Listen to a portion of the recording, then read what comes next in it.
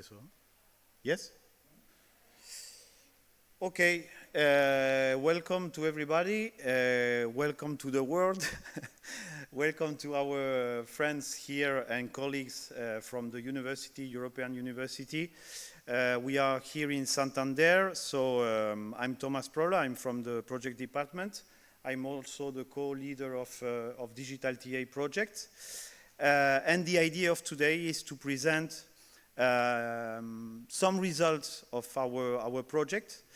And I would like to start saying thanks to all the participants.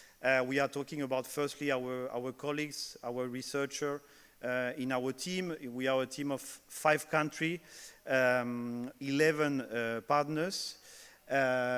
We have initial training centers, I mean university, but also continuous training institutions from Poland and Spain. So I would like to say thanks to this colleague because we build in 36 months a very huge and a powerful project with some results. You will see it now in these 2 hours of conference. And also we had also the participation of newly qualified teachers and students. So also thanks for this participation.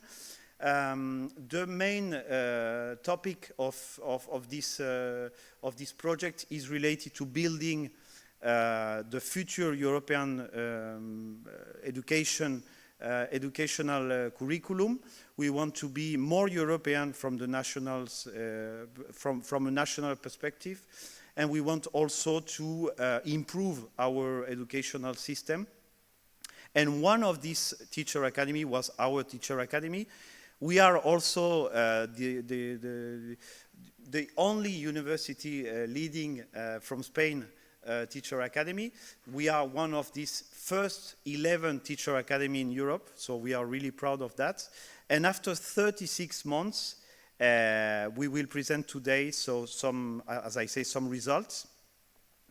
Basically, I would like to talk a little bit about our main objective. We developed during these 3 years of work a platform in order to support the training of the future teachers and also the young teachers in this question of transition. And starting from the university, thinking about the future of their training. Basically, from one terrible question, we found some years ago that 1 on 3 teachers after 5 years working as teacher was decide to let the work, and in front of this question of attrition, we start thinking about it, and with colleagues from 5 European countries, we start working on possible solutions. So now I said 11 because we have more than 11 full partners, but 18 partners from Europe. We start working on that.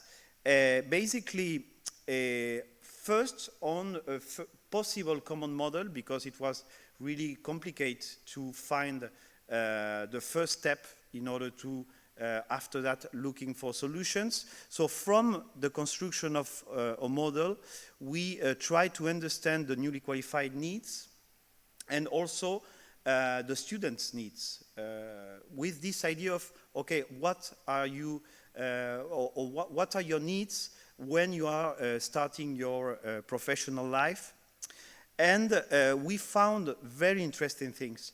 The first things, and I will say very positive thing, is that we found that our teachers from Europe, they are very motivated by this idea of being influenced with the young generation, which is really positive. And we are now in our period of time, and in this moment of the history, is really positive to think that our teachers, they want still, they want to transform and improve the social life and the young generation life. And in this, after this work of 3 years, we had some unexpected impacts.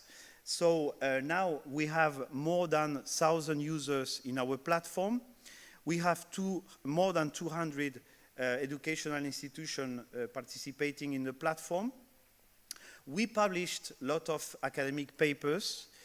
We participate in a lot of international conferences, and we have also a lot of local events, which show us that our project was really necessary and probably will have some future. In general, we involve more than 70,000 participants in our activity during these 3 years.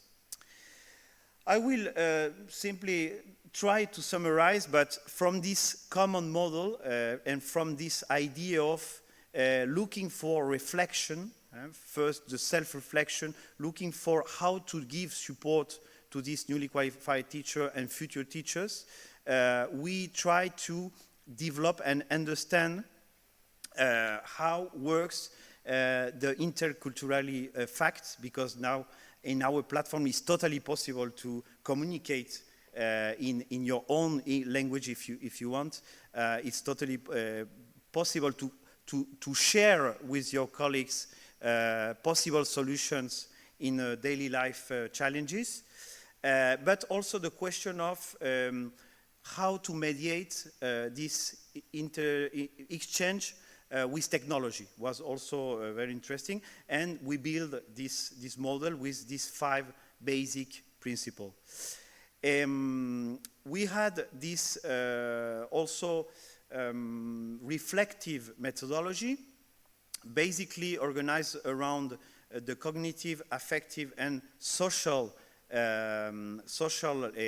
dimensions, which finally are building the transition. We worked during these years also on 2 very important steps in order to understand the teacher need. The first one was during Work Package 3, we did a study regarding the needs with more than 500 newly qualified teachers participating in focus group and also in questionnaires. My colleagues will present these results just after me.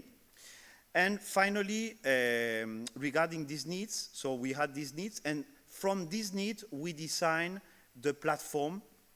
We will show you during these 2 hours. You will see it. For the piloting and after developing the platform, we decided, or we had also to pilot, so we did a pilot around this model of interaction and around the idea of understanding how to improve our support to the newly qualified teachers and also the students. And finally, after these months of work, we have this fantastic and very interesting platform for the audience. I hope that you can try. The idea in the future is to open this space to everybody. For the moment, we are finishing the pilot, so we have a beta academy, but in 1 month or a little bit more, we hope to have a new space and to have this platform for all Europe, for all the teachers' academies. I have here, we will have teachers from Spain also participating, but Sonia, for example, from Spain said, I found the platform itself very interesting. And she said that she thinks that there is a very big potential in this project, I hope. And as I say, there is a lot of, I will say, lot of numbers and lot of participation which show that, yes, there is a very interesting future for this platform.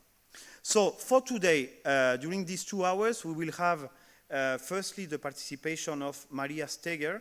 She's from the Shilmi Academy, another teacher academy.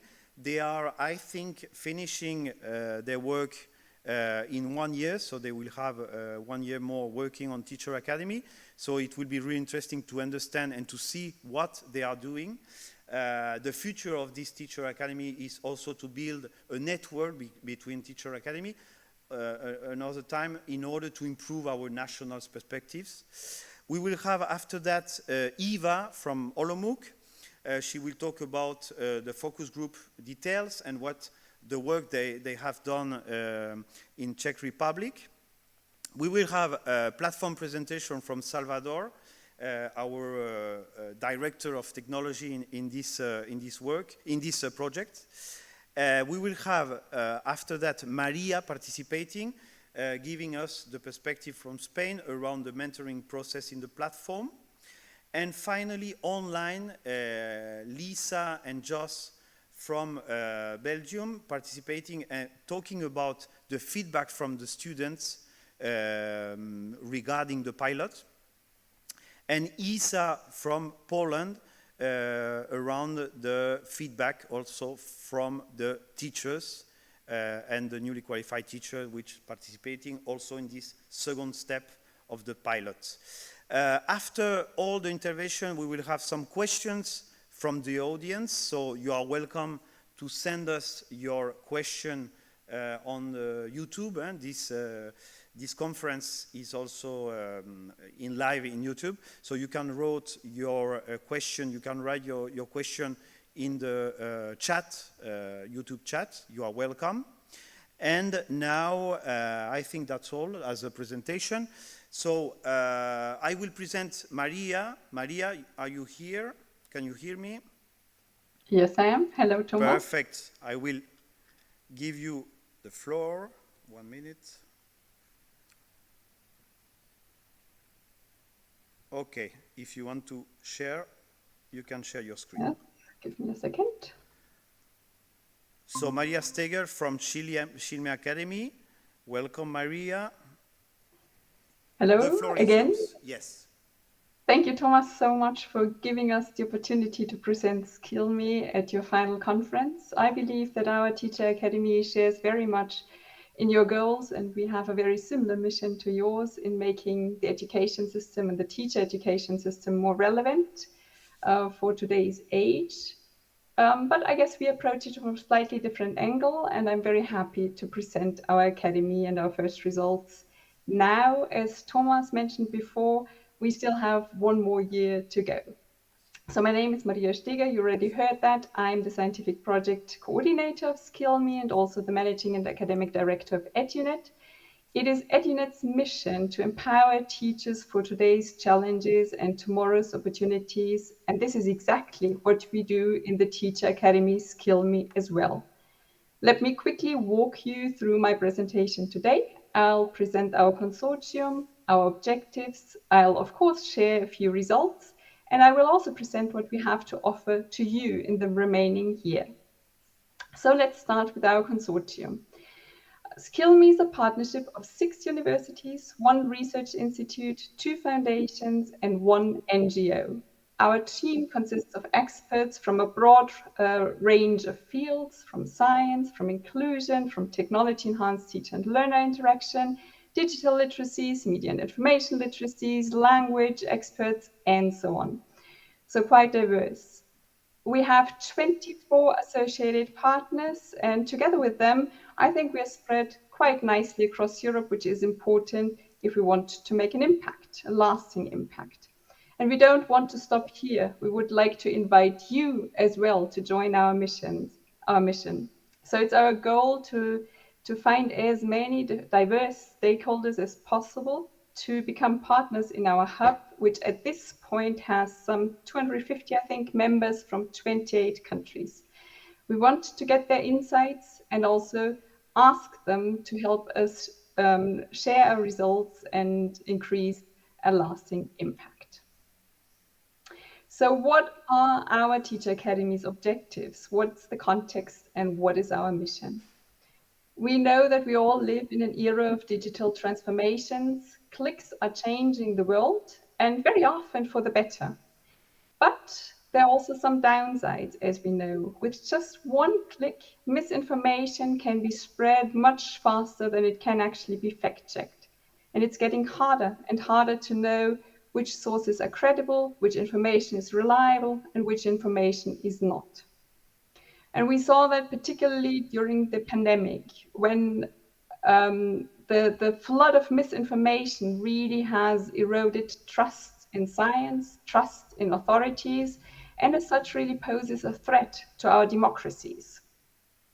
And this mistrust in science is particularly unfortunate in a world and time where we are faced with so many global challenges that can only be solved with the help of science and only if we listen to scientists and follow their advice.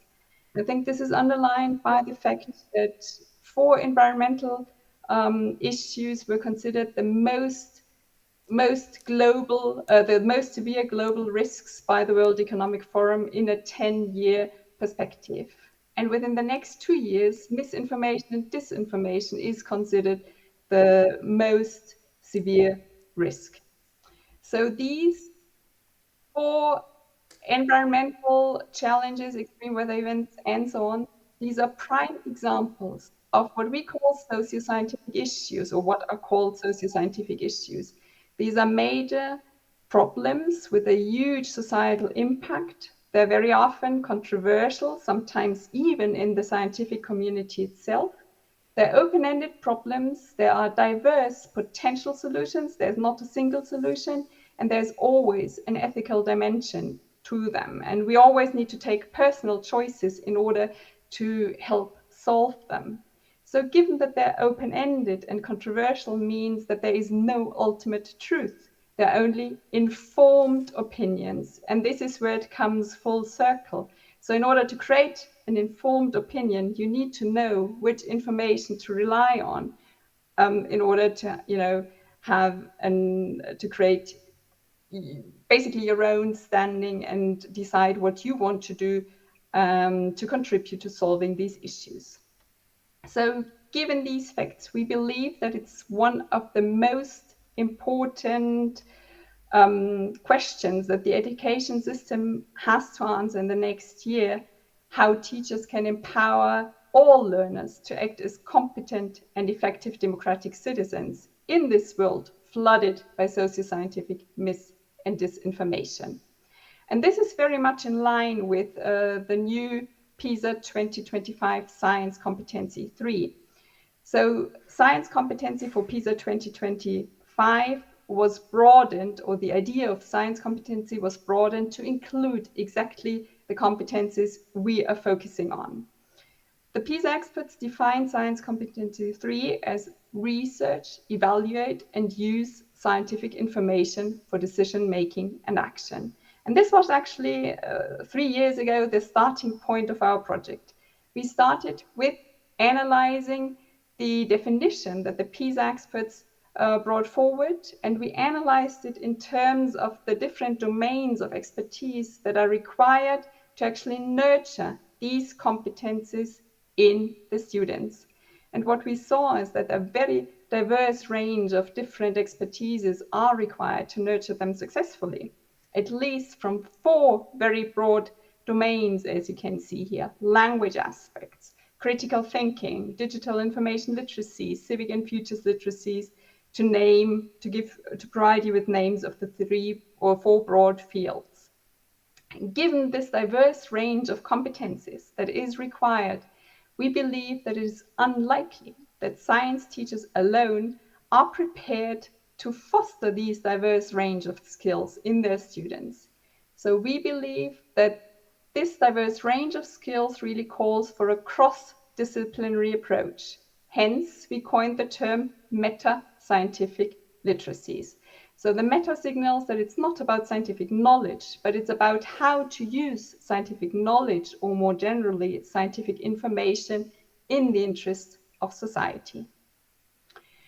So we started out by creating, or it was our aim to create a meta-scientific literacies framework, and we started out with a scoping literature review. We collected the competences typically associated with media and information literacies, with critical thinking, digital literacies, and so on. And we saw that they're overlapping to quite a large extent. So what we did is that we systematically integrated them into a curriculum of 4 domains, with the 4 broad competencies: identify, search, and pre-select information sources on a socio-scientific issue, or coming across information, for example, in a social media feed. You need to open up your mind. Then when you pick an information source, you need to critically analyze the information within that source, click and think critically. Once you've taken in the information, you need to make up your own mind. So you need to evaluate the scientific and social dimensions of the socio-scientific issue and create an informed opinion.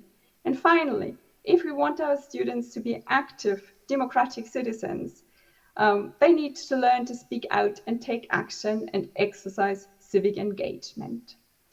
So what we did, we worked together with teachers very, very closely. And what we did is we tried to develop a very, very practical approach. We took a competency-based approach that takes these 4 very broad competencies and breaks them down into learning objectives, which are then further broken down into learning outcomes, and hows, which was most important to the teachers. So the hows are steps that guide the learners in achieving a learning outcome. These hows, at the same time, obviously tell the teachers how to introduce the topic, how to guide learners towards a specific learning outcome. So very practice-oriented. Let's have a closer look at the learning objectives. So within Open Up Your Mind, we identified 4 learning objectives. People need to recognize their own information bubbles or echo chambers. They need to use search strategies to find more information sources. They need to be able to select the most credible information sources. And they need to pre-select the superficially most relevant search results, or in a social media feed, the most relevant posts on a given issue. Then they need to critically analyze the information, differentiate between fact and opinion, identify biased information, analyze the logical consistency of the information, and select the most informative and relevant insights. In the next step, they can then make up their own minds, explore the viewpoints on the socio-scientific issue comprehensively from all sides, explore the impacts and solutions as well as the parties affected, evaluate the trade-offs between the scientific, social, ethical, and very often also personal dimensions, and then weigh the viewpoints against the various dimensions of the socio-scientific issue in order to form an informed opinion.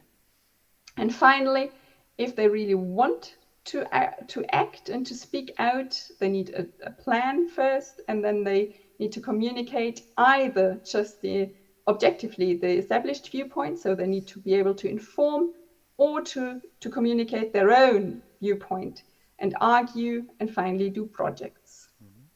Let me give you an example to make that a little bit more concrete. Let's look at, for example, the learning objective, identify biased information. In order to identify biased information, and these are just excerpts, there are more learning outcomes and more hows, students need to identify manipulation strategies. How do they do that? For example, by examining the use of rhetorical devices, by identifying sensational or emotional language, which is something that can be done very nicely in language subjects. Then they need to identify deceptive tactics in order to identify biased information. How can they do that? By checking if the information presents multiple viewpoints or if it is one-sided. By evaluating whether the author messenger might have a motive, such as a financial benefit or some other gain, fame, whatever that could affect the objectivity of the information. This is something that could be very nicely done in social sciences. So this cross-disciplinary approach is something that is really at the heart of our framework. All of this is guided by the belief that every lesson, however small, contributes to empowering students by fostering the skills to detect and resist misinformation. So the idea is that you can include some learning outcomes in each and every lesson. And if this is done across the different subjects, over time, the students will develop meta-scientific literacies since they build progressively on each other. As Jonathan Osborne said, most of the misinformation that we encounter online, the science behind that goes beyond everything that is taught at school in science subjects. So we really can't rely on knowledge alone. We need these extra skills to deal with information. It was very important to us that teachers need not reinvent their teaching. So we provide them with a step-by-step approach on how to adapt the existing teaching materials. It's very important that the subject-specific lesson goals remain unchanged, because teachers always tell us we don't have time to also do that. So we don't want them to do something on top, but we want them to change activities within their existing lessons to also weave in meta-scientific literacies. And we try to show them that this actually effectively complements subject-specific learning goals and helps to deepen subject knowledge, so they benefit in their regular teaching from including meta-scientific literacies. So here, basically the same slide. So they take their own materials, they look which socio-scientific issue it can be linked to, then they select one meta-scientific literacy or outcome, they select the methods, create activities, and then create materials. We guide them step by step through each of these different basically steps, and then they have a changed learning module, a Skill Me module. Since we're doing that, or have been doing that during the project, and will do it in a number of courses, we see the problems, the issues the teachers have, we see what works very well, and we include that into it, or we transform that into explanations that we include in our wiki, so that other teachers benefit from the experience we make during the project as well. The wiki is actually the place to go online, where you can find, basically in a very condensed, very practical form, all the information teachers need to include meta-scientific literacies. There are links to example learning modules where they see how a given learning outcome is put into practice, and to make it as easy as possible for them to find existing lesson plans, learning modules. There are many filters for them to select and find a specific learning module that they might be able to use in their own teaching. So, as Thomas said, I think we need to rethink education a little bit, and we need to provide more support to teachers in the transition phase, but also pre-service and in-service teachers. In the misinformation age, knowledge is readily accessible, so it can't be only about teaching knowledge. Our world faces global challenges, severe global challenges, such as the socio-scientific issues, and many of them do not have a single discipline solution. However, most of our schools are still organized into single subjects. So I think this is where the rethinking needs to happen. Education must help learners to contextualize and connect their learning to real-world problems, to think outside the box and across subject boundaries, and to integrate knowledge with 21st century skills, such as meta-scientific literacies. Only in this way they will be later able to contribute to addressing those global challenges.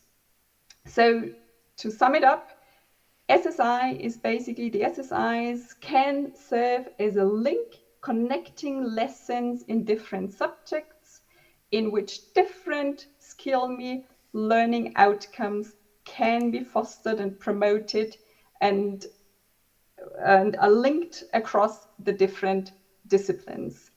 So, for example, if 2 or 3 teachers get together from different subjects and decide that they will have a lesson plan sequence that focuses, for example, on fast fashion, then in ICT, they could deal with evaluating the credibility of websites, platforms, media outlets, and actually select information sources. In biology, for example, they could really dive into the information and analyze the logical consistency by, for example, identifying common fallacies.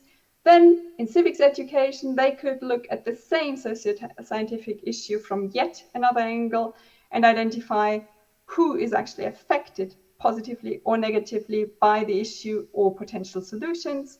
And then finally, in language subjects, students could be assisted in communicating their own informed opinion, their viewpoints, by, for example, tailoring the content to a specific target audience. So this is basically what we've done. And you can still be included. If you join our hub, there are several events, and we will have a large final a Digital Hub Scale Up conference in May next year. We also have a blended intensive program for pre-service teachers, so a university course, basically a BIP, which is Key Action 1 funded Erasmus Plus funding. The pilot is taking place at the moment, but in May 2025, there's a second run of this BIP, and universities that are interested can still join our consortium. So please get in touch with us if you would like to send your students to the BIP. The on-site week takes place in Innsbruck next year. And we have 5 trainings for in-service teachers, one of which will take place in June in Santiago de Compostela, and the other 4 will happen in September, November, and next year. And it's still possible to apply for those trainings. So the BIP is a course for students, as I said. It has virtual sessions and an on-site week. It's very hands-on and very activity-based. There's also a quote from one of the students who said that they liked it very much. And as I said, universities can use the Key Action 1 Erasmus Plus funding to send their students to this course.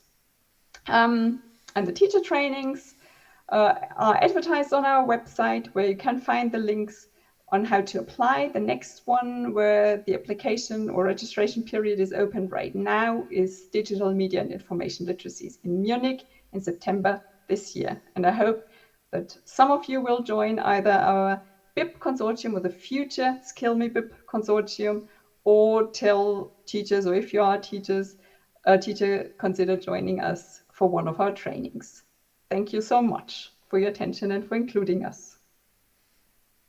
Thanks, Maria, for this wonderful presentation.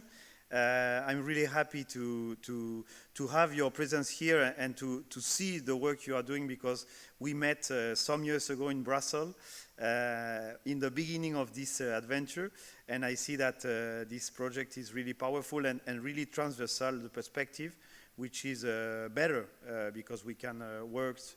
Everybody can participate and work. So for our audience here from Spain, Santiago de Compostela, you are welcome if you want to participate on this project. You said in June it was, I think. In June, there are 3 places left, 3 spots left. So if anyone wants to join last minute, because I think the virtual kickoff of that training is next week. So just get in touch. 3 spots are still available. Perfect. I don't know if we have some question from the audience. Someone wants to ask. I will ask you something, Maria, about your experience also in with this teacher academy. We are the first teacher academy in Europe. You are the second call of this teacher academy. You are part of this second call. So how do you see the future of this call? I know that you are also a project manager. You are developing lots of projects. How do you see, or do you see any differences with other calls? And what are you starting to think about sustainability around your project? What do you think? How do you want to design this future of the teacher academy, of your teacher academy? What do you want for the future? That's a very good question. Thank you. I think it's challenging to make projects sustainable in general. As we all know, when the funding ends, things get difficult. So this is why we put a major focus on the Skill Me Hub, to hopefully include as many stakeholders as possible, and to make them feel that the project is theirs as well, and that they can really contribute and that they can benefit from the results. Yeah. With the many teacher trainings, we hope to obviously find many teachers who will then also act as multipliers and help us be sustainable that way. The wiki will be something that remains online. I still believe that teacher academies are a pretty much unique funding opportunity to bring together universities and schools, and to bridge that theory practice gap that is still there. And as such, I think it's such a valuable and such a great program, and we will hopefully develop a follow-up teacher academy and submit it next year. Having said that, I think it's really, as I said, I think that the main advantage of the Erasmus Plus teacher academies is that I think they're the best opportunity to bring together initial teacher education, teacher professional development, and to include both sides to, you know, develop something that is research based on the one hand, but also practice oriented at the other, and which is the prerequisite for the results to be used afterwards, right? So I think having a second run of the BIP within the funding period, but not as part of the project. So it's not an outcome of the project, but it goes to show that we really want to continue offering these university courses. We modeled them on the Erasmus Plus K1 action so that we can use K1 funding. And the same is true of the teacher professional development courses as well. We hope to be able to provide them on a European basis as on ESEP, the European School Education Platform, and the course catalog, but also include them in the different countries and talk to state education providers, etc., to include them there as well. Thanks, Maria, for your time. And as you know, send us the output of your project. We are always sharing the result of your project. For us, it's really interesting. So thanks for your time. We will. I hope that you can travel the next time to Spain. You are welcome to our university. Okay. Thank you so much, Thomas. Bye bye. And thank you so much to the audience, even though I can't see anyone. Yes, you have to see the YouTube after that. Bye bye. Bye bye. Thanks, Maria. So, dear friends, now we will have Eva. Eva, you are welcome. Eva, talking about our participant, she will talk about the focus group details and the interview and the needs of the newly qualified teacher. Yes, thank you, Thomas, for the introduction. Thank you, Maria, for the presentation. It was really very interesting to listen to. Maria, you have to. Okay, I'm still here. Thank you. The floor, please. All right, presenta. Tiene que dejar el... You have to get out the presentation, Maria, please. Okay, thank you. So, let me share the screen again. Okay, I think it was here, no? Mm-hmm. This one. Yes. This doesn't work. This one. Okay.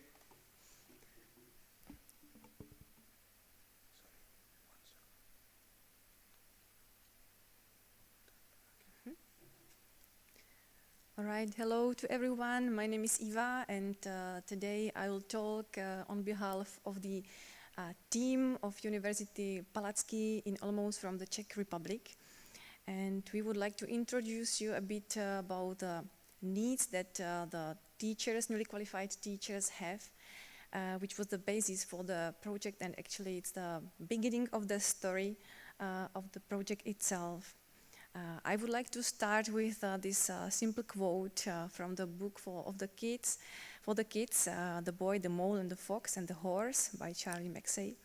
And this quote refers to the fears that we all have when we face something new, something that we don't know how to solve, and those emotions of insecureness that we have.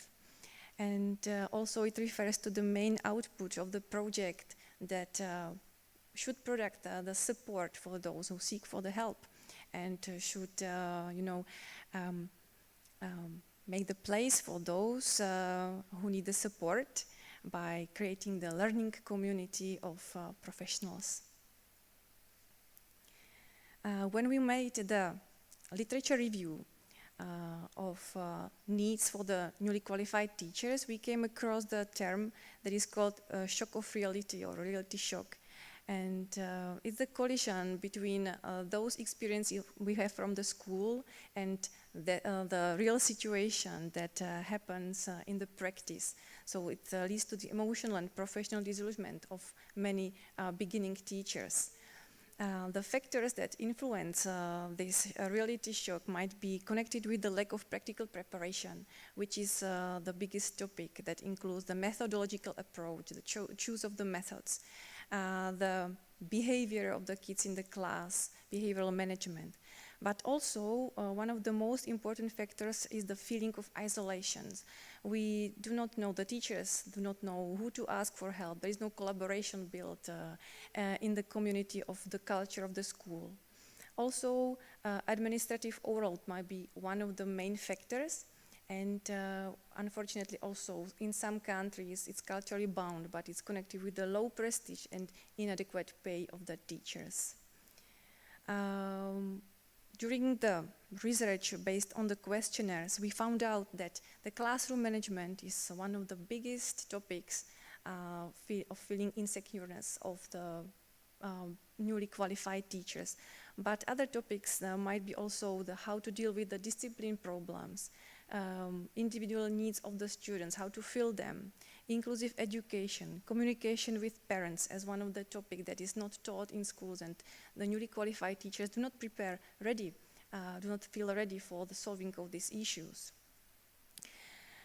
We must say that the researches that were made from different countries have mainly similar results, that the results are very common, very same in all those countries. And just to have a quick overview on some numbers from the Czech Republic, 15% of newly qualified teachers leave the profession within the first 2 years.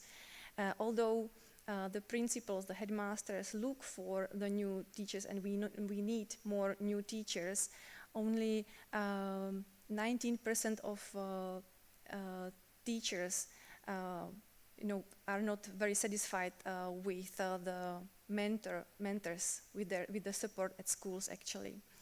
And 75% of teachers see themselves in the classroom even in 5 years. So it means that every 4th teacher wants to leave the profession in the following 5 years. We started our focus group with newly qualified teachers with just the idea, to get the information about their needs, about their worries, about their challenges. But actually, we did not expect that it would be such an open, let's say, testimony of those who were invited for this focus group. And we were very happy that we were able to create a safe environment for them to make those testimonies. And I would like to now introduce you a few of the statements that were, I think, very crucial for the next development of the, let's say, classification of the needs. For example, Jana from the primary school teacher in the 1st grade, she said that teachers are not just preparing for the lessons. That was what surprised her the most, but she has to have developed a lot of other competencies that are not even connected with the teaching itself, but merely with parenting approach to the kids, and to solve their behavioral problems, to be like a parent to them. Alena, English teacher from the grade 5, was really surprised by the fact that she prepared a lot of very interesting activities for the kids, but they were not interested at all. So this was something that shocked her, and her enthusiasm for work was damaged by that. Eva, math teacher, wanted to make her subject more interesting, so she decided to work in groups, solving the mathematical examples. But she came across the problem that those kids were not able to work in groups because no one taught them that. So she had prepared very beautiful methodology of how to, deal with the problems, but the kids were not used to, they were not able to work in the groups because they didn't know the rules. So it was something that surprised her, she didn't know. And also Michael, teacher of the grade 3, was solving the problem with the diversity in the classroom. That was new for him. The school did not prepare him how to individualize the aims, the methods, how to individualize the students in the class, those who are faster and those who are maybe a little bit more slower. So he was asking us what to do with that, why school did not prepare us for that. Lucy, primary school teacher also again a great one. She felt a huge responsibility for not only how to teach those kids, but how to take care of them, about their emotional state. And she felt the responsibility for them is very, very high, especially when they are playing, during the breaks, not to get hurt themselves. She felt the responsibility is one of the most difficult things for her to deal with. Now, let's hope it worked, this video. Also, other colleagues were collecting the testimonies from even students of education, and now I would like to show you one of them as well. Hi, my name is Alexandra, and I'm a teacher trainee at App University. This year, I had the opportunity to do an internship at a secondary school as a teacher English and French, and I discovered pretty soon that it was sometimes difficult for me to finish my lesson on time. It was not about time management, but it was more about the lesson objectives. Sometimes I felt like I missed the bigger picture, and I left some exercises out that were pretty important. Okay. Hi. So now I would like to ask you to do a little activity with me, because I'm really curious to know who or what is your most frequent source of support when you need help in your teaching practice. You can use the QR code and you can send the answers. We will check together your answers.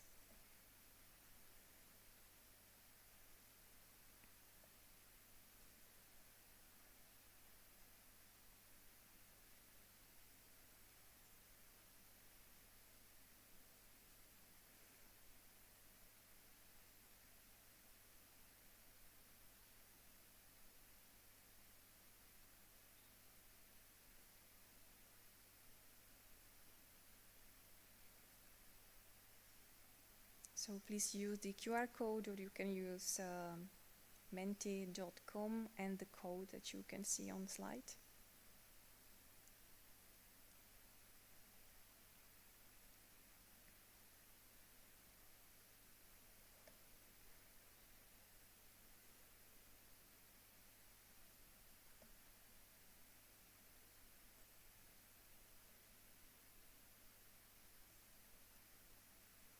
And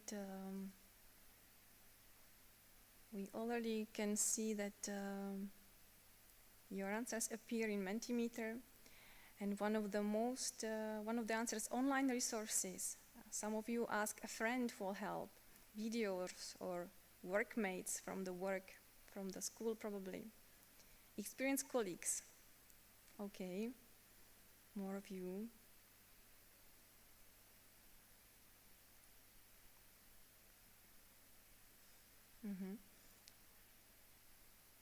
So we can see that online sources, colleagues, experienced colleagues are the most common answers, and the internet is one of the leading sources for you to get to the information, to get the answers. So I think we are on a good way to see that platforms like Digital TA platform would be a great source for you, because we are used to use those kind of sources, and it might be beneficial for all of us in our practice to create the learning community together that is online, from different countries, different perspectives and different experiences. Thank you all for the answers, and the last thing I would like to say is that we sorted out some themes. Nice, very nice. Sorted out some themes that are now visible also on the platform, and that are connected with the needs of the teachers. So if I just used my last slide to present, you can see the topics that are now on the platform and that are connected with the needs of the newly qualified teachers and student teachers, like digital technology, classroom management, communication and relationship building, diversity and inclusion, professional development and cooperation, school culture, curriculum planning and development, and the others. So I hope one day when you need, you will find your answers there using the platform itself. Thank you for your attention.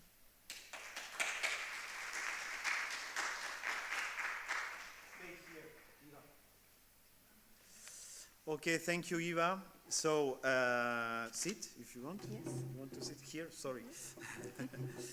So, we have some questions from the audience about your presentation. Firstly, thanks, and you did a wonderful work in this project regarding the detection of these needs. And we see your work with your team, Dumping. She's here also. So we have a question from Jesus. Asking how was the most surprising moment during your interview process, the focus group you have done with the teachers and the students? Thank you for this question. I think the teachers the newly qualified teachers were already surprised by the invitation for this kind of focus group. And during the interviews, it was great that we were able to create a friendly atmosphere so that they were able to open with really their challenges and serious topics they were having in their heads. And after that, we could share, we could discuss together, and I also could hear, oh yeah, I am having the same trouble as you in a different school. So finally they said, oh, let's repeat that once more, those kind of focus groups, because it has some kind of therapeutical impact on us.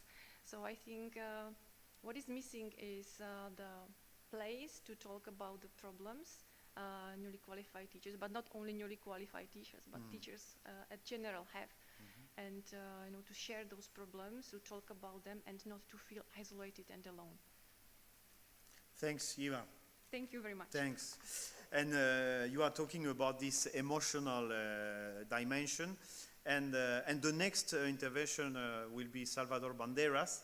And we will see how Salvador transforms our ideas as an emotional, this different dimension of how to support someone in general, how this man transformed these ideas on digital environments. So thanks, Eva. Welcome, Salvador. Salvador Banderas is our technological director in the project. Welcome. Thank you, Thomas. Okay. I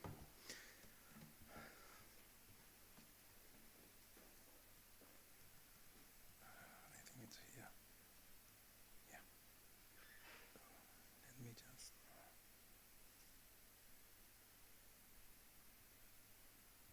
Okay, just give me a minute, please. Okay, so hello everyone.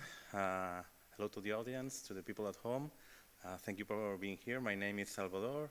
I'm from FUNWER, one of the partners on the project. I'm actually from the technological partner. Our mission in the project was to develop one of the outcomes of the project. That was this platform that has been speaking a lot in the while that we have been here until now. So our mission actually was what Thomas was saying right now. That was to take these needs that both in-service and pre-service teachers have in the moment when they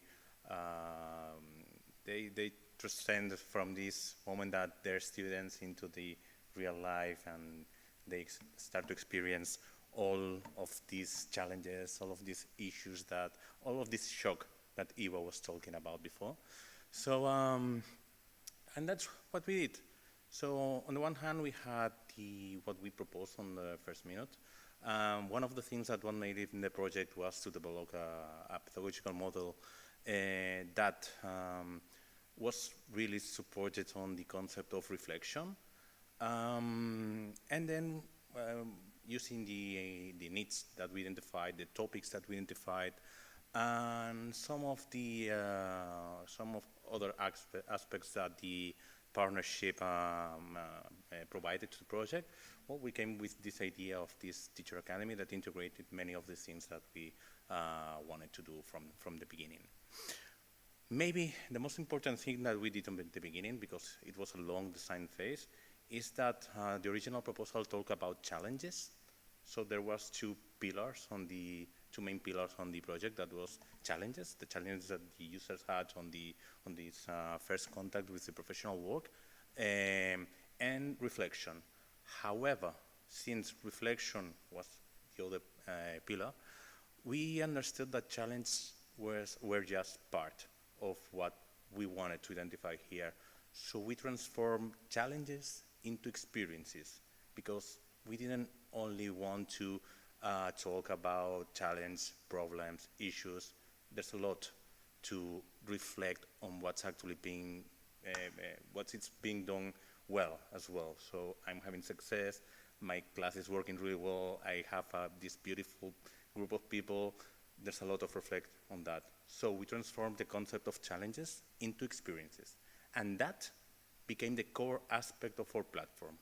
So as Facebook has posts, Twitter has tweets, our Teacher Academy has experiences.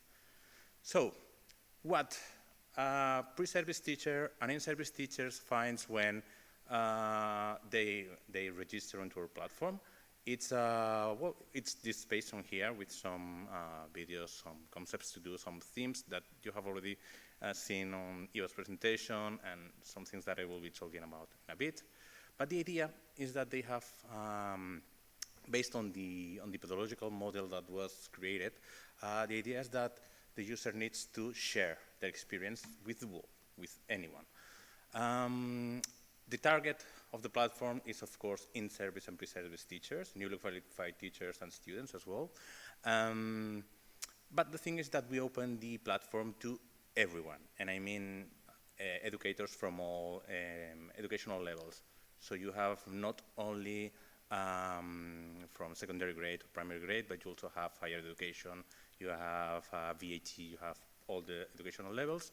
So the idea is that when one of these users, that one of these newly qualified teachers or students, education students enter the platform and they share the experience, this experience is not just seen by their peers, it's seen by the whole community of educators around Europe, or at least in the countries that the platform has been tested until today, that can support the reflection process that we want the user to, the newly qualified teacher to do. So, just as a show of what we have in the platform, the first thing that we ask the user is, what do you want to do today? And then they can explore existing experiences from other users. They can ask questions, they can share an experience. They can connect with experts, meaning people from other educational levels or people with more experience than them on the matter in the same educational level. Discovering resources that may be useful for them, getting inspired by real cases. This is a database of study cases that we have in the platform. And this is not for everyone, because only users with privilege can do that, but they can create a new case as well, a new study case. So we launched this platform into the pilots. We did 2 pilots, one focused on pre-service teachers, the other one in service teachers. And the thing that we did is, okay, come on, let's share your experience. So what they did was start sharing experience. It's a really simple form that they only have to share a title. They want to do it publicly or privately, because maybe they just want to connect with someone and not through the entire community. The language, themes that were the themes that we saw before, tags, and I will be speaking about this tags feature in a moment, and the context. Just as a quick reference, the methodological model that was pedagogical model that was developed asked 3 questions. What is happening? I don't remember. What? I don't know what, so what? So it's 3 questions that the user has to answer in order to complete the reflection process. So this one is the first here, it's the what. So the first thing that the user is asked is to share the experience and to describe what is happening. We had quite a lot of success. We have a high number of experiences that were published. And what's more important, they were published in all languages in the consortium. The idea of the platform is, since everyone will be accessing here from any place in Europe, maybe any place in the world in the future, is that we have this machine translation feature that even if you publish your experience or your case or your resource in, I don't know, in Polish, in Czech, in whatever country in Europe, it gets translated to your language. If you have your platform in English, you will see the contributions in English, you will see the comments in English, you will see everything in English or any of the languages that you have in your platform. So that's one of the ways that we wanted to break the barriers that exist within European countries at the moment. Not only, of course, the cultural barriers, the different kinds of approach to education, but of course, a more simple one that was language. We wanted to at least break that one from the beginning. So we had quite the success. We had a lot of experience shared by people from at least the 5 countries in the project, which is from Poland to Spain. And what we achieved was that what we saw useful was not only the experience that were of course really interesting, and they got a lot of interaction from other members in the community as well, but we had a lot of tags, a lot of themes that we extracted from the experiences that they were sharing. So this helped us identify a lot of more topics that are currently buzzing in different parts of Europe. There's a lot to do with this data, of course, because we want to link the tags with the themes, with the countries. We want to do an analytical analysis of this, but there's a lot of information in here that's been really useful for the second part of the project. Okay, so the experiences, the user, they share the experience, and I will open this one as well. So they share some tags, and they reflect. So they have the what, they describe the experience, the so what. This user has not done it, but the idea is that in these questions, in the so what and the no what, they continue the reflection process. This is the self-reflection part of the process, so they just try to answer these questions using the guide that they are provided with in the beginning. But that's not the only kind of reflection that can be done with experiences on the platform, since there's at least 3 more pillars to use. So we have the tutors. This is a feature that we implemented for the second pilot. So users can not only self-reflect on the experiences, but they can ask or even be asked by mentors or tutors from all over Europe to have some kind of guidance on the process of reflection on the experience. So they can connect here with a mentor. They can talk to them in a chat.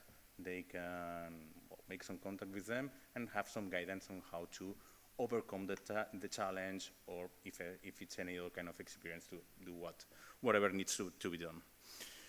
So that was one of the ways. The other way is community. We have simple social network actions like dislike, comment, and report. We have seen that there's a lot of interest in the comment section because there's experiences with a lot of comments, and that has generated a really interesting interaction between users from different countries around Europe. And finally, we have the cases and resources. That's another way to support the reflection process. Resources is actually a database of different resources that anyone can upload to the platform. So it's, I don't know, online resources, books, any kind of bibliography, videos, YouTube, I don't know. Whatever they want to upload to the platform, they can do it here. They can, again, tag it.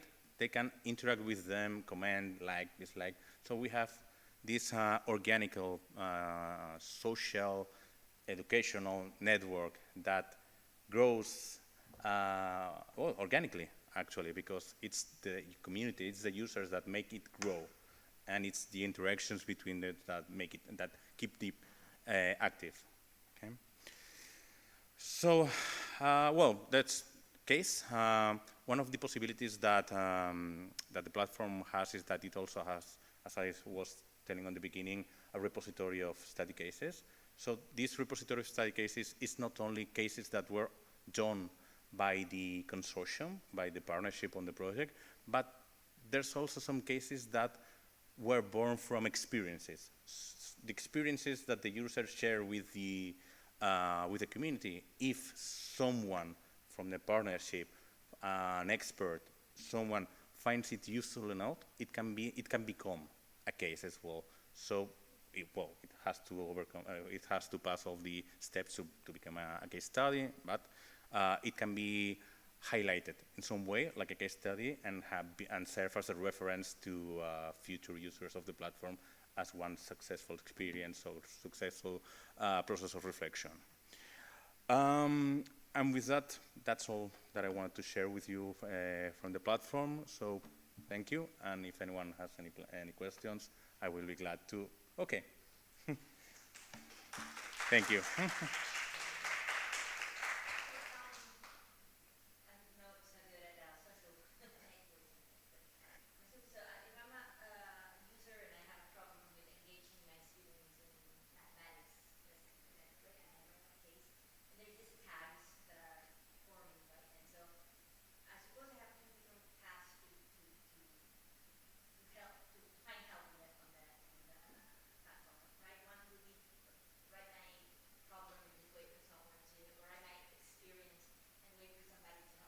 Mm-hmm. Is there a way of research tags on the same topic, engaging mathematics, or something like that? Yes. So for the people on the online, the question was that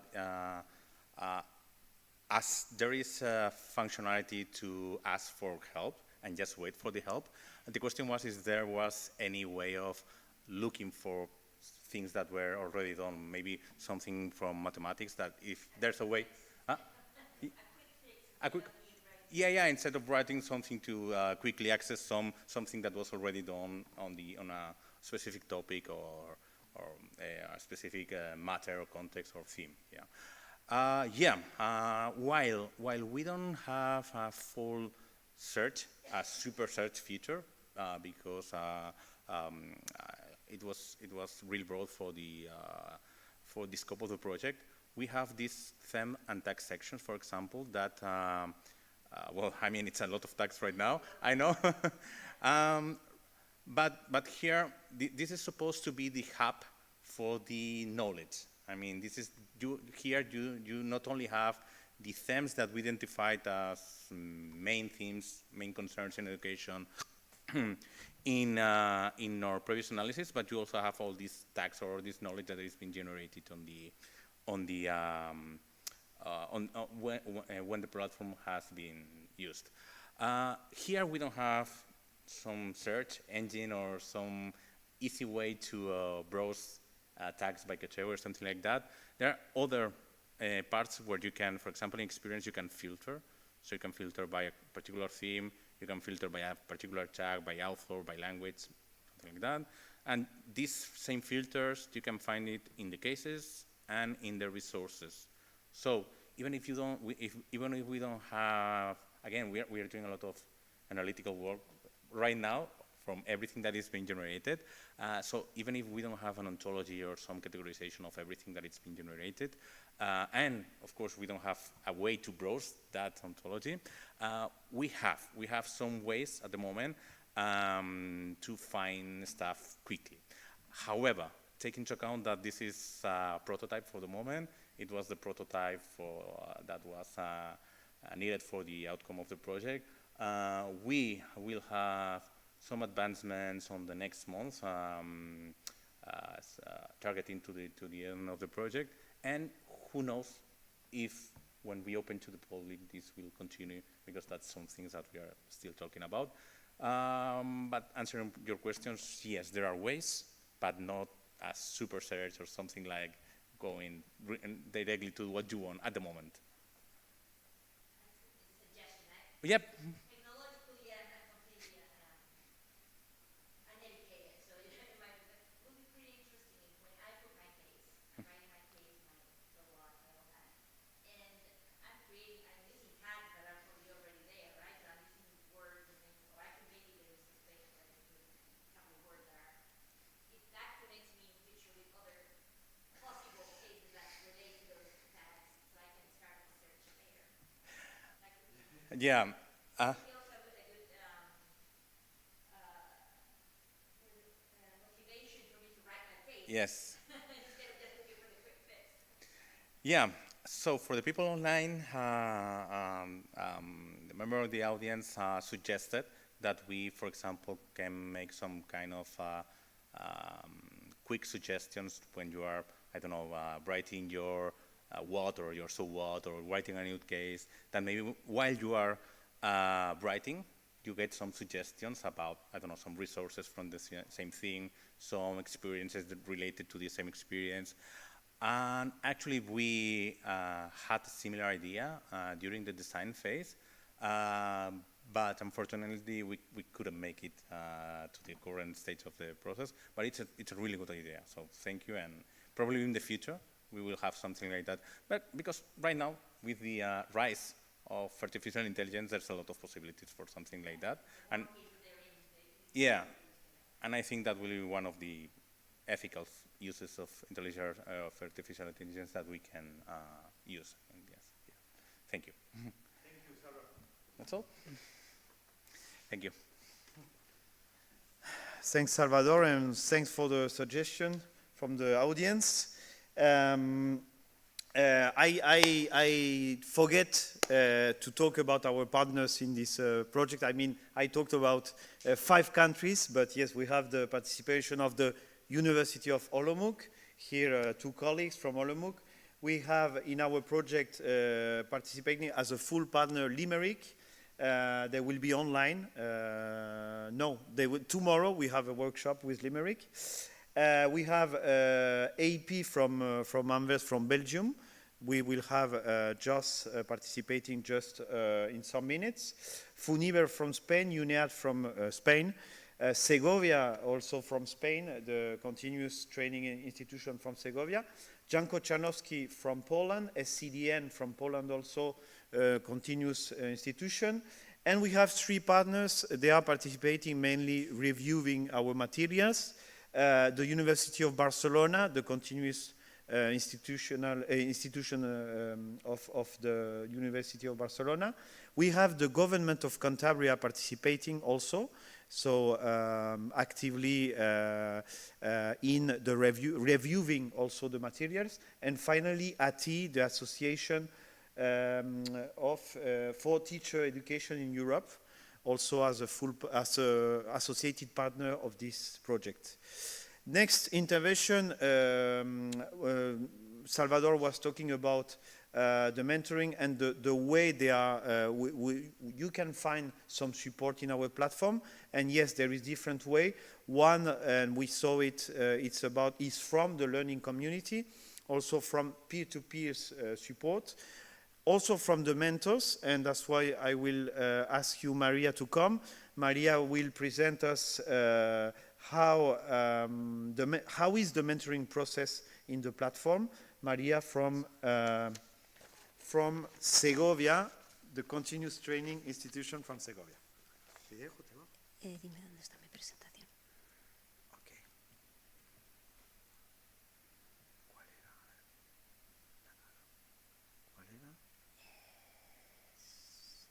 Espérate. ¿Que era online? No, yo la tenía. Me has dicho que la habías descargado, ¿no? Sí, aquí.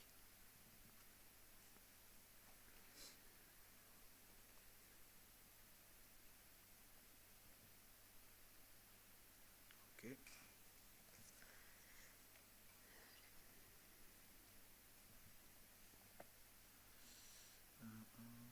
Listo. Okay. Hello, good afternoon. As Thomas has, can you hear me? As Thomas has said, I am talking on behalf of the CFIE, the Educational Innovation and Teacher Training Center of Segovia, Spain. And I am going to introduce you to the mentoring process in the platform of Digital TA. I am going to speak about its framework and who, what, and how to mentor. Well, we all know what mentoring is. According to the Cambridge Dictionary, it is the act or process of helping and giving advice to a younger or less experienced person, especially in a job or at school. It may seem easy at first sight, but it was not so easy, because when we first met back in 2022 here in Santander, we were teachers from 5 different countries and had different ideas of what mentorship is. Therefore, we established the basis for our work in a paper with a strong European dimension. This paper is the harmonized European model of practical training, providing guidance and support to school teachers, and that's the basis for our work. Well, we knew that our best chance of success was to act within the framework of the program guide of the Erasmus Plus Teacher Academies and the application form of our project, Digital Academy in Teaching Practice for a Seamless Transition from Pre-Service to In-Service.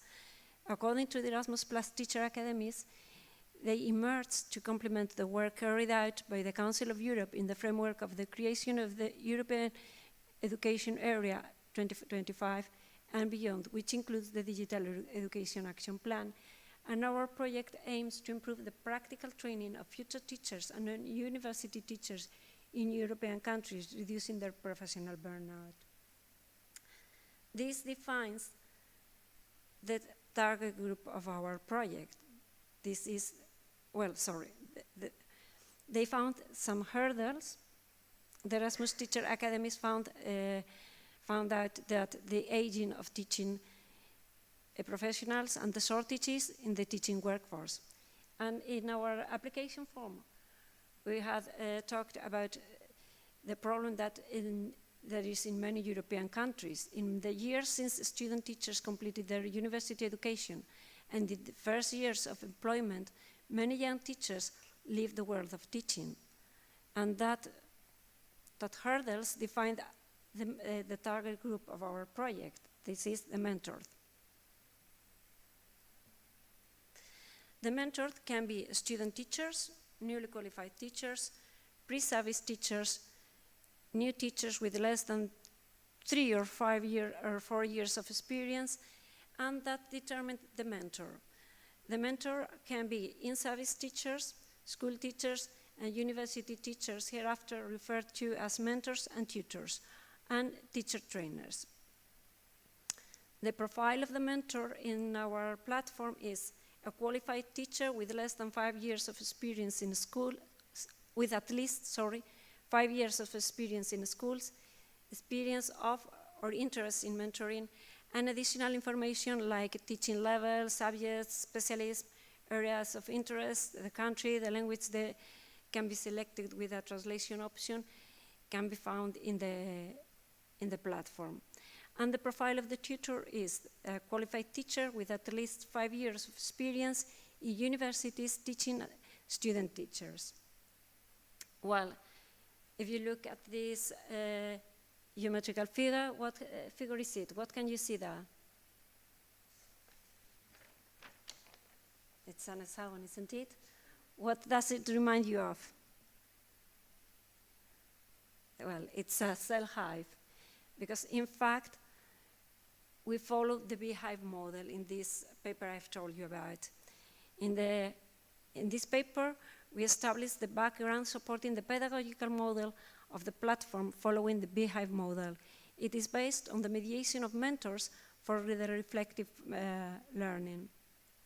So I'll go on to talk about who, the main actors, the mentor, and the tutor profile. Well, that's a short screen of what you can see in the Bit Academy platform, and that's the place where you can find the tutors and the mentors. If you click tutors and mentors, you can see a list where information about them and their contacts are available. So, what to do? What can they do?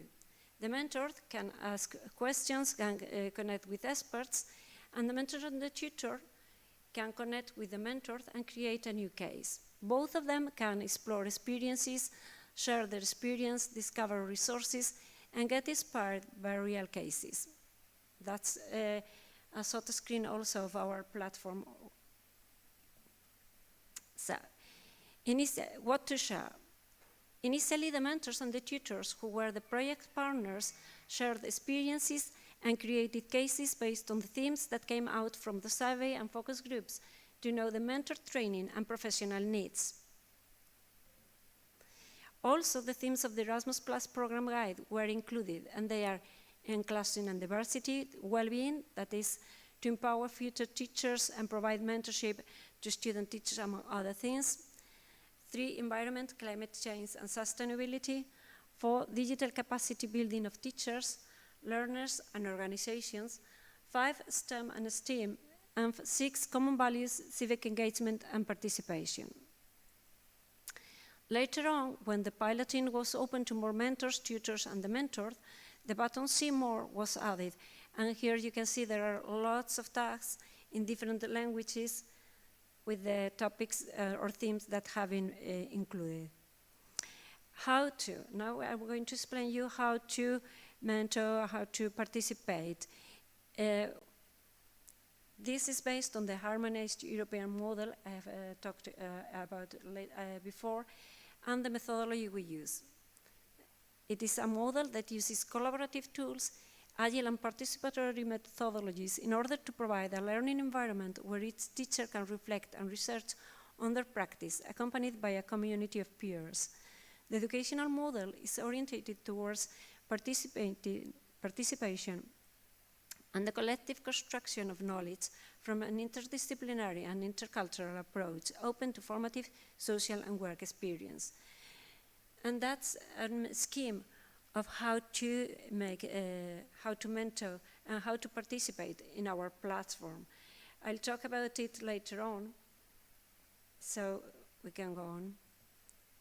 Well, I have taken different sort screens of this paper showing how to participate, to share experiences, to share cases, but as Salva has already explained it, and we'll have a workshop tomorrow about these topics. I'll just show the short screens, okay?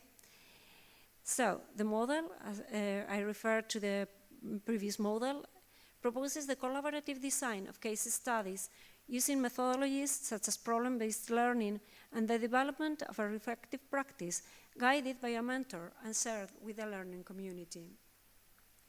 This methodology is considered part of the active methodologies which are mainly used in the current called student engagement. What should I do? Should I let him join or? Okay. So, student engagement covers 2 major dimensions.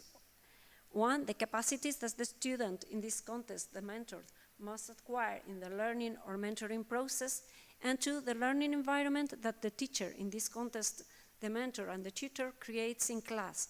That's the platform BetAcademy, to facilitate its acquisition. The variables are in terms of teaching, or active learning, reflective methodology, the teaching learning environment, that is the platform in our case, the mentor or tutor and mentored relationship, mentor-tutor and mentored interaction, the feedback to help learning, and the relationship between the mentored, which is also very important, the relationship with other mentored and cooperative learning. So, how to begin the reflective process as a mentor? As a mentor, we can ask a question, we can share, you can share your experience or connect with others first. Of course, you can use all the other options except create a new case. And as a mentor or tutor, you can share your experience and create a new case. That's our difficult role, so I have also underlined explore experiences, discover new resources, because maybe before sharing your experience or creating a new case, you would like to check or see what other mates have already done. And I have also short screens of examples of relationship or exchanges. We can start an exchange asking a question, or with the likes, hates, buttons, with comments, reports. Here we've got an experience on literacy, in which 3 different people have shared their comments with the mentor. And the reflective process, well, we recommend that you go through the whole process, because if you've answered all the questions, you will have completed or fulfilled the whole process. First, we start with an introduction in which you state your issue, your needs, your problems, your doubts, and you ask what? Asking for help. Then the tutor or the mentor will answer in the chat.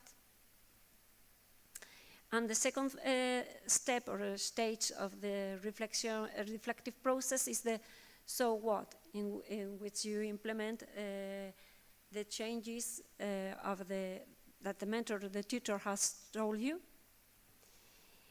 In the now what, we can see that we have defects resulting from the changes we have already made in the class or in the learning situation, and we ask about how to implement the ongoing improvements. Then we can add some resources we have found in the whole process of this reflective process. Of course, we can use different formats for our cases or experiences. We can share them in the format of comics or record a video.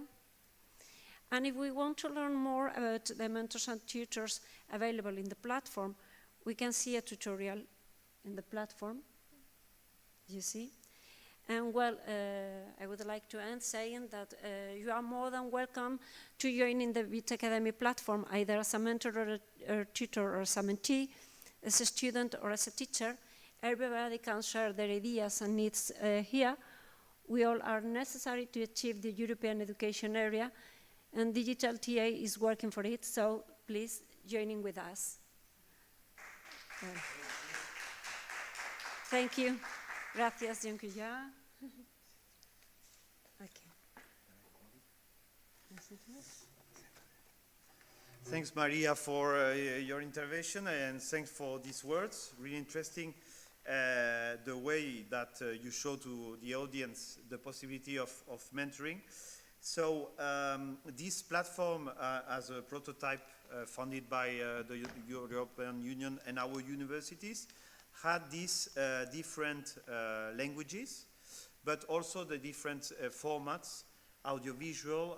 We show a lot of written and letters, but it's also possible to build your cases and your experiences sending videos. There is a system you can record yourself talking. It's totally possible.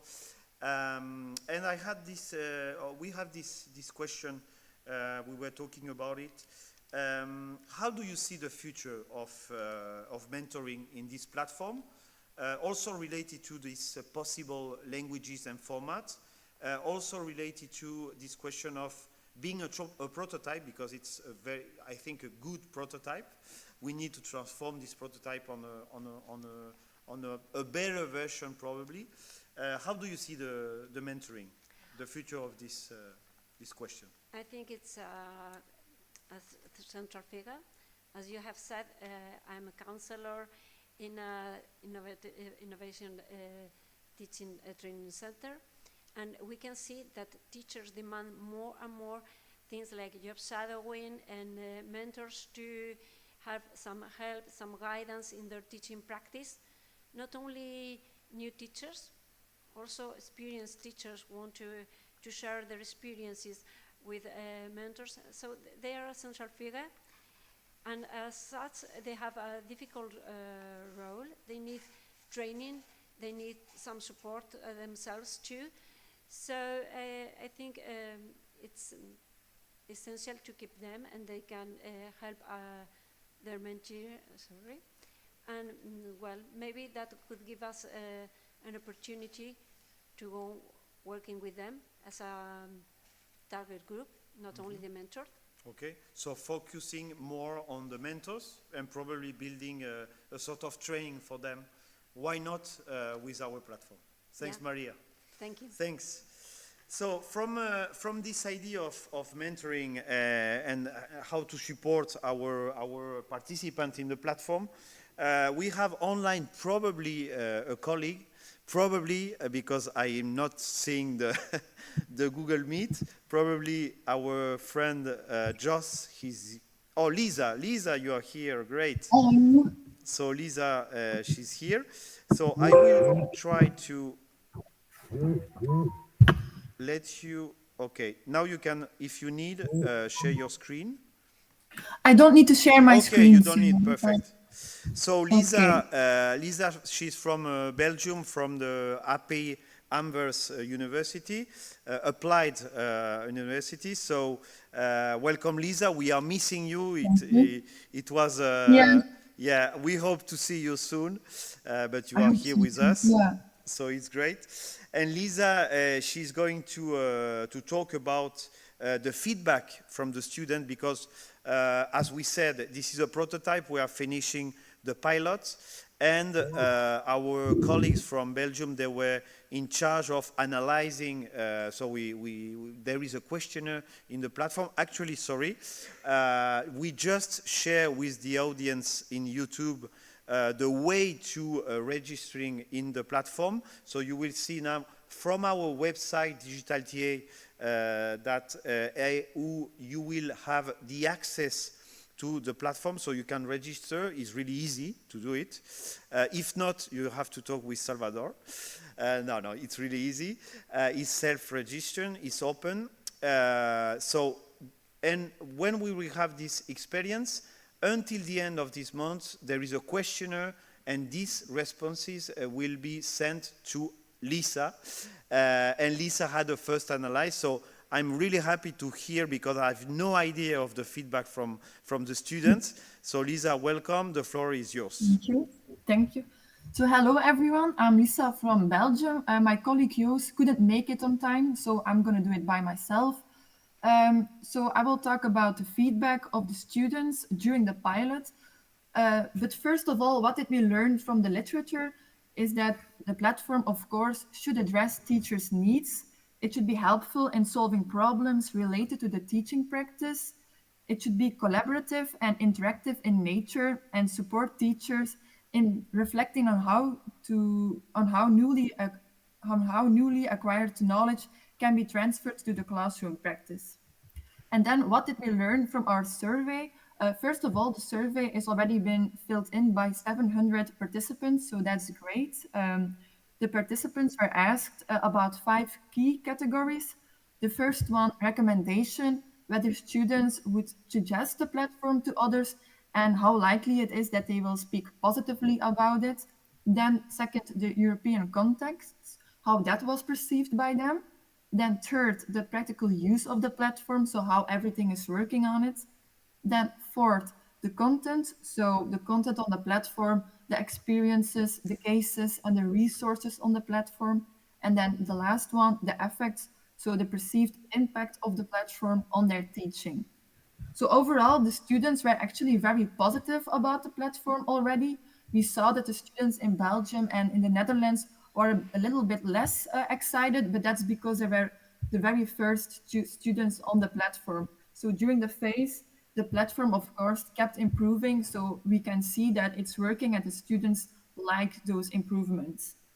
The activity experience sharing seemed to be a critical factor in influencing those different categories, their views on it. So it has a positive impact, and this is in line with what the literature set because it should be interactive. They should be collaborative in nature. So with experience sharing, we make that possible. Then, of course, because it was a pilot, we also asked the students, the participants, for recommendations on how to improve the platform. And the most common answers were that they want more interactivity, so like fora and chats on the platform, which is also in line with what research said. Then they also would like to have a navigation tool, more visual elements like videos, more illustrations.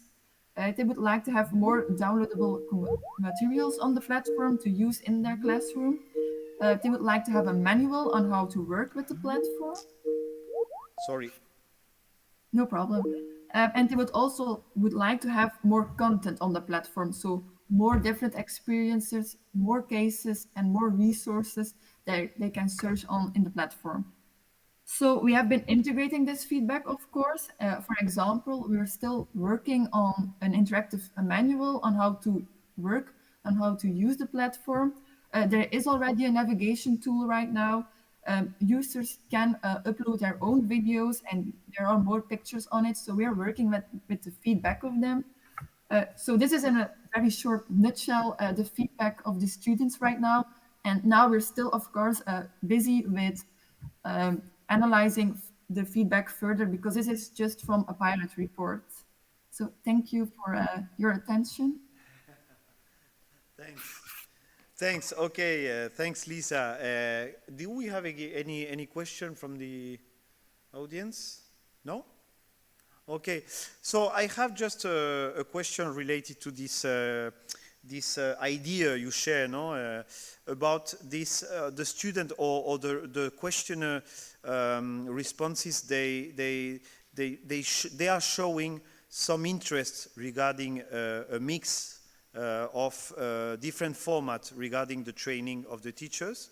I'm talking about basically the digital format, but also the face-to-face format. We know that in our work as a teacher trainer is really important to have the people also in our classroom. So what do you think about this question of the future of the training regarding the possibility to mix also the two formats? Are there some responses regarding this question? Are we going to have more training, digital training in our face-to-face university? Is there some answer or some ideas shared by participants? This is my question, Lisa. By participants, like students from app, they would like to use it in their internship. They are all in different schools, and we as tutors, we go to them and talk with them, but they don't see each other on their schools. So I think they would think it would be nice so they can communicate with the other students on different schools. How is it going there? Do they have the same issues, maybe some different issues, and to share your experience actually. Yeah. So we see that the distance learning is also okay. This question of the platform is also very useful for the distance learning. And I have another question also regarding the format, because you talk about or the users, they are saying us that it will be great to have more materials, audiovisuals and pictures. But the question is that the materials, they are built by the users. So so it leads to a question: why are we not sharing more audiovisuals and more picture? Do we have any ideas from your responses? I think in the beginning, regarding from their feedback, it was for them not clear on how to make videos by themselves and to post it on the platform. I think that was not clear for them on how to do so. Okay, so this is a clear idea to improve in our prototype. Thanks, Lisa, for your participation. You're welcome. I hope Thank to you. see you soon in Santander in our beautiful university. Yes, sure. Okay, thanks. Thank you. Thank you. So from this participation of Lisa regarding the feedback from the student, I would like also to say hello to our lovely friend Isa from Poland, from Kielce. She's here, yes, connected. I will, okay. Do you need to share your screen, Isa? Yes, hi, hello. Can you hear me well? Yes, and we can see Awesome. also your screen. Awesome, wonderful, great to hear it. Hello, everybody. How are you, Isa? I am terribly sad that I can't be with you because I was really hoping to be there, and yes, and I am really sorry that I can't be there, but I am really happy to see you and listening to you and all of this. So it's great to see you and meet you virtually. Okay, so Isa, she's in charge of the research project and an international project in ECDN in Kielce, and it was really interesting because 1 month ago we visit the center, and there is thousands and thousands of teachers trained every year by this institution. So that's why it's so important the work they have done in the project with, I will say, a very interesting participation. In general, from Poland, the participation was amazing. So, Isa, the floor is yours. Welcome. We can hear you now. Okay, thank you very much. As I said, heartily welcome from Poland. And yes, I'm going to tell you a few words about the feedback, teachers' feedback we received from the teachers. And I decided to focus on the feedback given not only about the platform, but basically about their needs as well, because that was the beginning. So just let me start from the conclusions. We got to know that what happens. Our teacher told us that they basically need clear guidance and practical resources to help them navigate the early stages of their career. They also require strong support network through mentoring and peer collaboration to build confidence and develop professionally. And thanks to Digital TA, thanks to great team, we had the opportunity to cooperate with.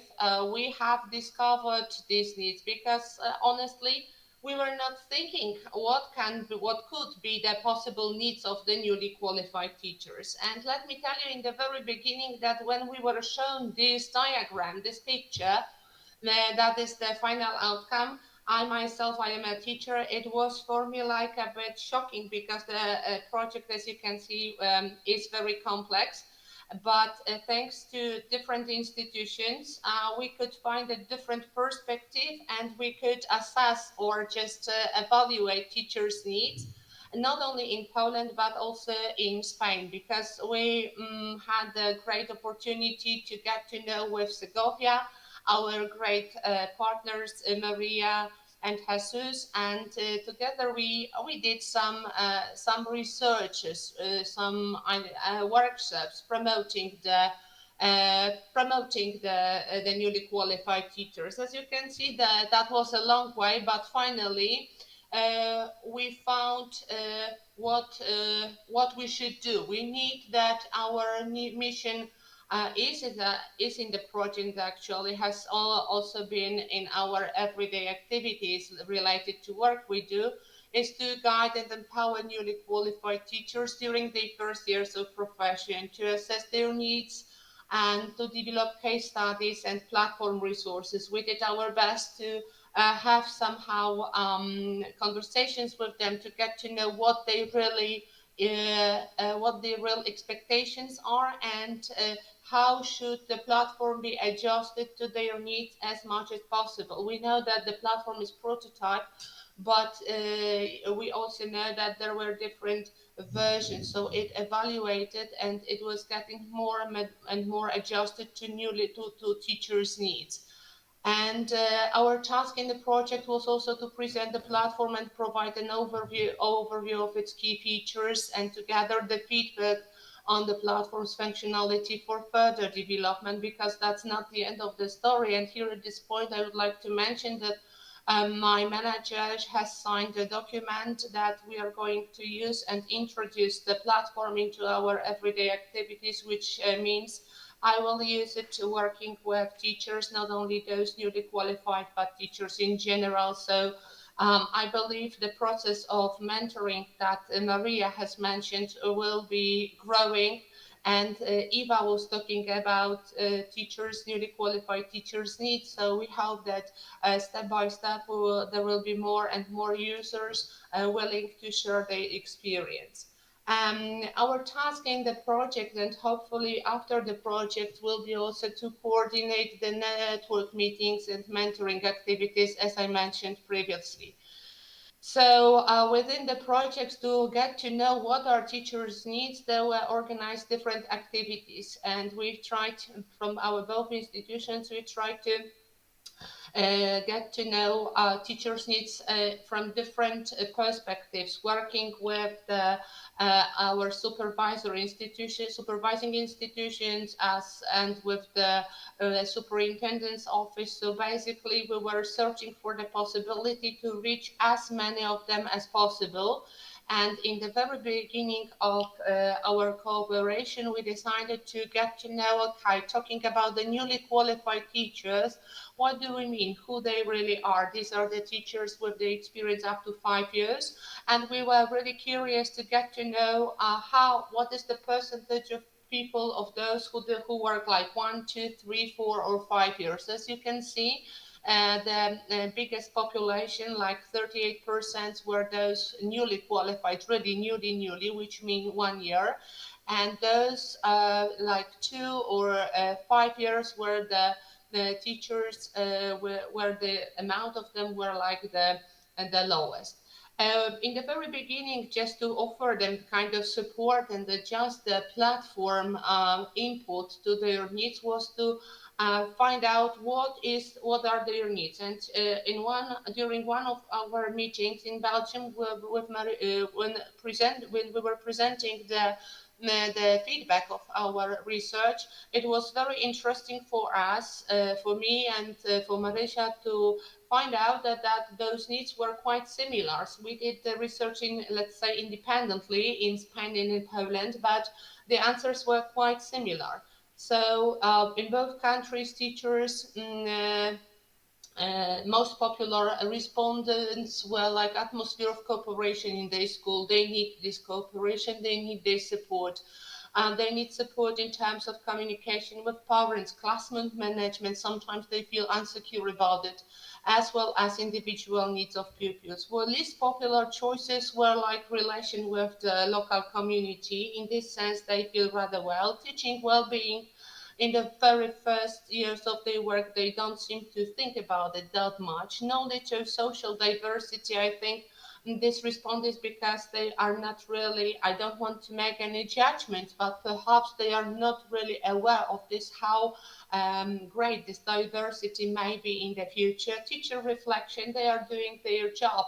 So I think they need time to figure out that, I don't know, maybe there is something I should change or not. And school work management is like this. They are supervised by somebody, do their work and feel comfortable. But what was very interesting, the soft skills that they need support in.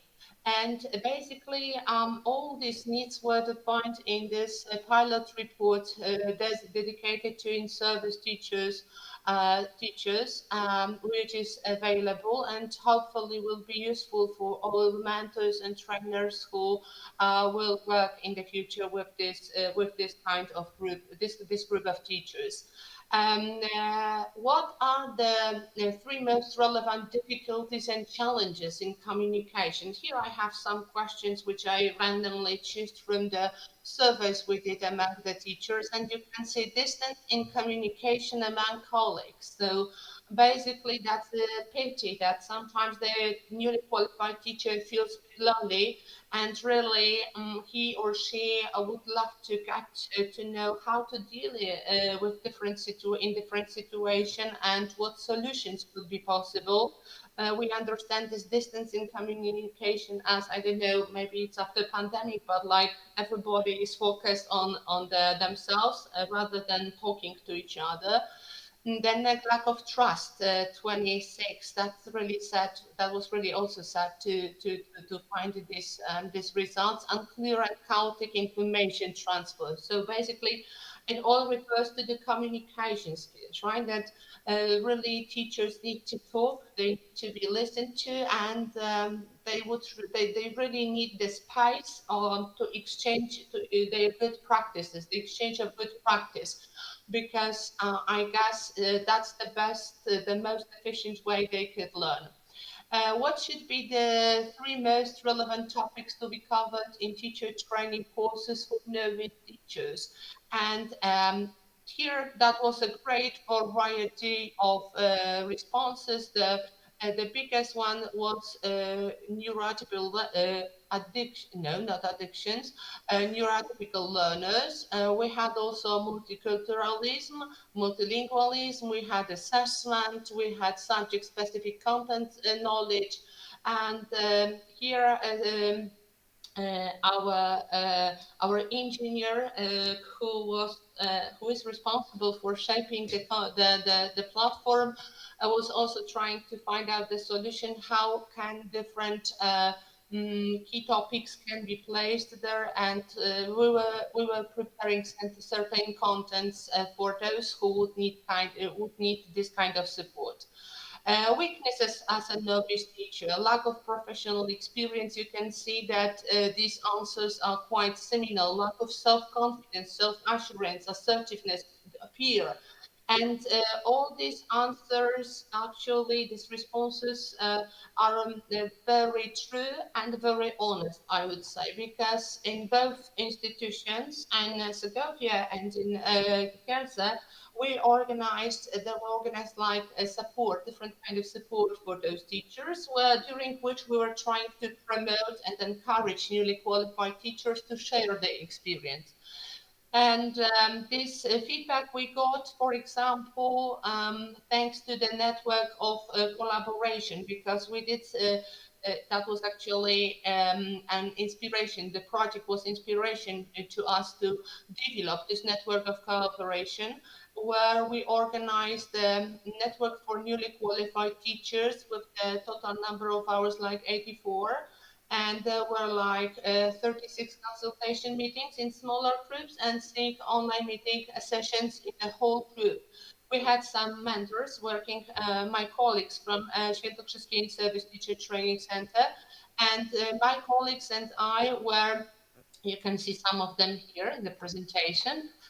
We decided to classify the groups along to teachers' needs. And if they mentioned that they need some psychological and pedagogical support, they need to know how to deal with this aspect. There was a group, and some of newly qualified teachers could enroll and take part in sessions dedicated to this subject. Teaching students with special needs, formative assessment, motivation, developing flexible teaching plans.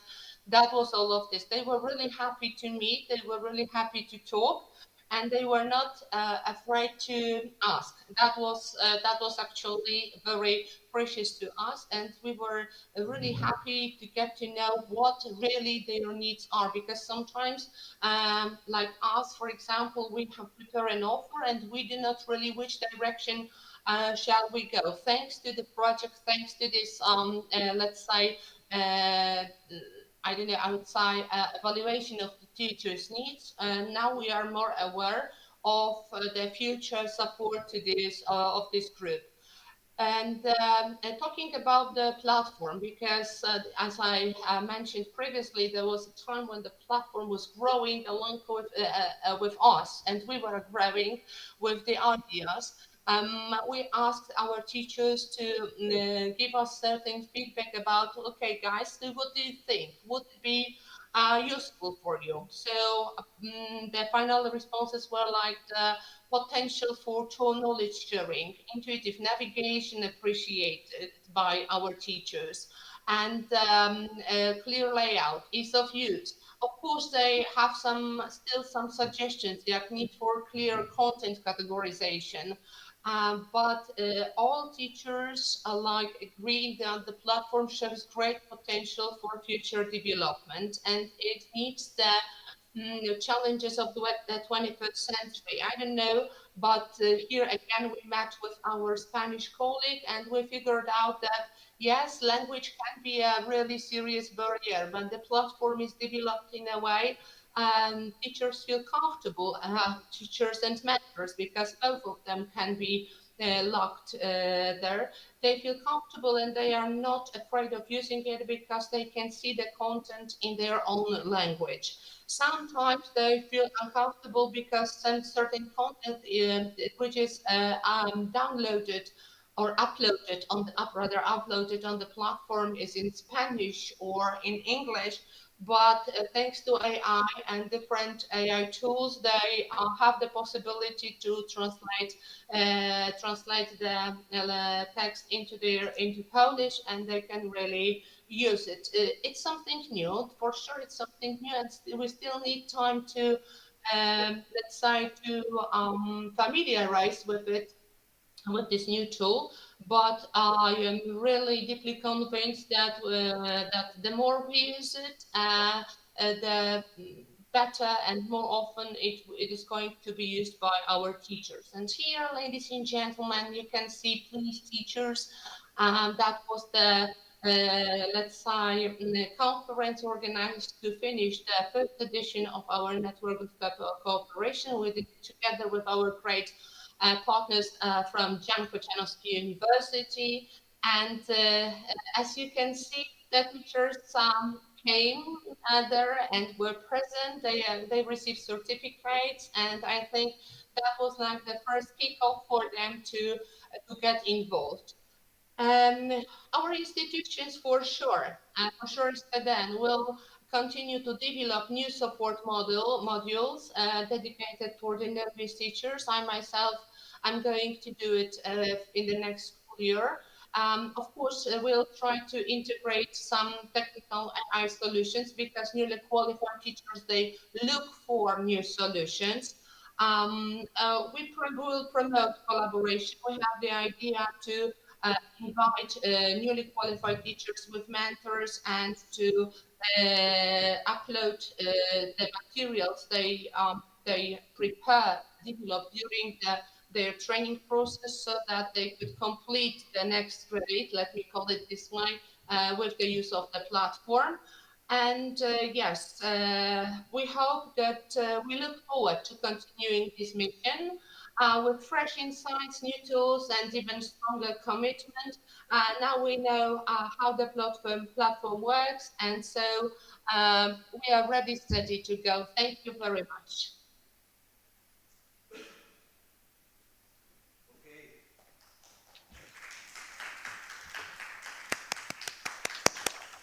Thanks, Isa, for this word. We see that this platform is also impacting a lot in your case and in your teachers.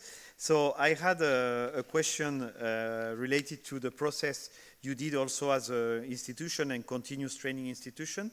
So we know that this project, and Maria talked about it also today, is different because we are collaborating yes. The continuous training institution with the initial and the universities. So we talked today a lot about your institution and institution of Segovia also, saying that for us as university is really powerful and really interesting because it's the way to understand better the needs, etc., etc. So for you, and in your case, how was your experience collaborating with universities? Okay, so maybe I will tell you, Thomas, you are my mentor, first of all, because there were situations where really I could learn a lot, but that's the thing. But I would like to say that Eva, Agnieszka, Ania, Jos, and the girls from Ireland, everybody, guys, you are mentors to us because we are like practitioners. We have the practical view of what teachers can do. And thanks to the cooperation, collaboration, you showed us, stop running, stop staying, try to focus, don't judge the book by its cover, do some research, yes? So that was for us a great lesson. And I am deeply convinced that it's a great tandem, great combination to work with the universities, because then really it makes sense to us to see what do the newly qualified teachers, what are the newly qualified teachers taught in the university, and in which direction shall we go. And after years of working in a teacher training center, sometimes you forget about the books. You sometimes have no time to focus on research. And thanks to this project, you gave us this opportunity. You even made us, guys, my colleagues from the universities, to think deeper, to analyze certain issues, and we really appreciate. You are very good mentors. Thanks, Isa. So we hope more collaboration with you and also with our friends from Segovia. And thanks for your presentation, because you include our friends from Segovia. Thanks, Isa. Thank you very much. Bye-bye. Bye-bye. So, dear friends, dear audience in YouTube, thanks for this moment. It was the opening conference of the Digital TA last dance. So we are very happy. I think it was a very interesting moment for everybody to see what we did. For your information, go to our digital TA website, digitalta.eu. You will find all the deliverables of our project. It means that you will find the model, the pedagogical model we used, the methodological model built by our friends from the University of Limerick. You will find the report of the 2 pilots we did. The second report will be uploaded by the end of this month. You will find also the papers we published, the book chapters we published, the videos we did. And finally, you will find the most important thing, the platform and the link to the platform. You will see that it's really easy to have to self-registration, to do this process of self-registrations. And I will close the events with some words regarding what we talked today. So the project, or this project funded by the European Union, gave us the possibility, because we are finishing, to build from practice, but also from our ideas, a new organic environment, as presents Salvador. And this is really interesting, because we didn't expect what we can see today. There is transnational chat around ideas, around practices, which is really powerful. So around this new organic environment, this idea of improving the transition and reduce the attrition of our work, but also giving a better future to our students. So we want to reduce attrition, giving a better tools for our students. Intelligence, practical tools, but also self-awareness and collective support are the key elements for a better education. And with this Digital TA project, we try to build an environment for this element. So we hope to have more time in the future, more findings, and we hope also more people participating in this platform, this organic platform. So this platform is the platform of everybody, of the learning community. And we want to open it to the world, and we have actually participation from South America. So this is also very interesting. So we have more than biggest than European learning community is also South American people participating. So welcome to this Digital TA platform. It will be better than Beta Academy. As soon as possible, we will change the link. So welcome to Digital TA platform. Thanks especially to Maria, Eva, and Salvador here, our colleagues online, for your participation. Thanks for the audience.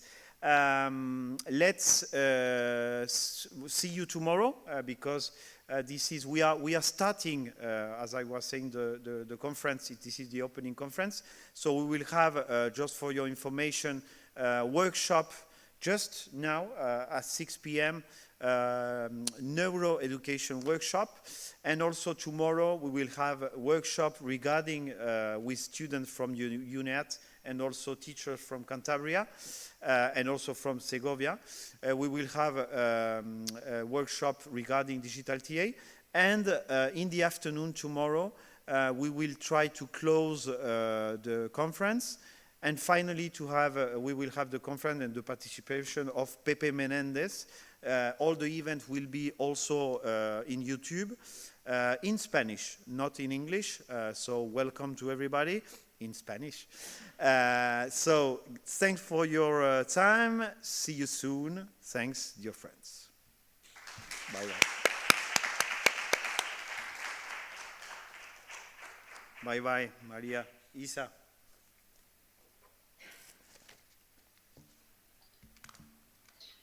Bye-bye, we'll see us tomorrow. Bye-bye.